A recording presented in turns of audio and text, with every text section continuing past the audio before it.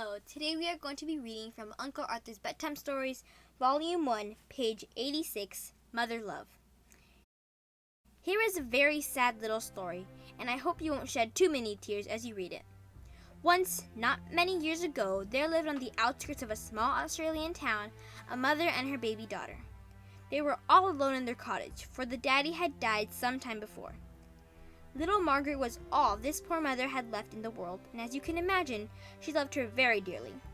One evening, the mother wanted to do some shopping, and as it was getting late, she decided to put Margaret to bed and go out by herself. She did not like leaving Margaret alone, but it was the only thing to do. There was no one to leave with her. So Margaret was bathed and put to bed with many goodnight kisses, and when she was sound asleep, Mother tiptoed out of the room and hurried down to the market. But alas, she had forgot to turn out the oil lamp in the sitting room, and shortly after she had left home, the cat, perhaps running across the table after a mouse, knocked the lamp over. Had someone been there to pick it up quickly, all might have been well, but there was no one to help, and poor Pussy did not understand. The oil spread all over the tablecloth, and in a few moments it was ablaze. As the cloth burned, it fell in pieces on the floor and set the carpet on fire. Within 10 minutes, the whole room was burning fiercely. A neighbor, passing the house, saw the smoke pouring from the window and raised the alarm. As loudly as he could, he banged on the door and shouted. But as baby was asleep and mother was at the market, no one answered. Others were soon on the scene, bringing water from the well and throwing it through the windows upon the flames.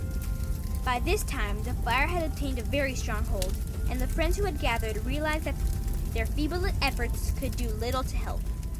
Even when the village fire brigade arrived and brought up their hose and pump, they made no effect upon it. Smoke was pouring out of every window, and it looked as if it would be only a matter of minutes before the whole house would be consumed. Suddenly, a piercing cry was heard, and a woman was seen rushing through the throng of spectators. My baby, she cried. She's upstairs in the front room asleep in her crib."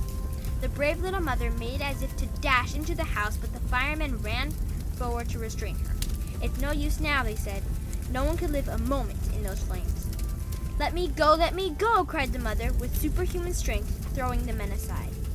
Then, without a thought for her own safety, she plunged through the smoke into the raging furnace and dashed up the half-burned stairs into the room where her precious child lay.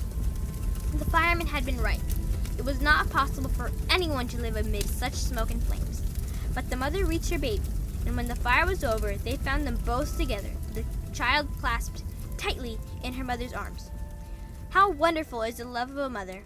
Of course, yours would do just the same for you. I know she would. If you were ever in such a dangerous place, your mother would rush to help you, even though it cost her all she had and her own life as well. Now, wouldn't she?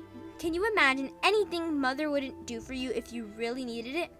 And if that's true, and you know it is, don't you think that while you have the chance, you should show her how much you love her too? I know that you would gladly dash into a burning house to save your mother. Of course you would. That would be a grand, heroic thing to do. But you need not wait to show your affection that way. Why not try washing the dishes for her next time when she's tired? I'm sure she would appreciate that just as much. Anyway, it's worth trying, isn't it?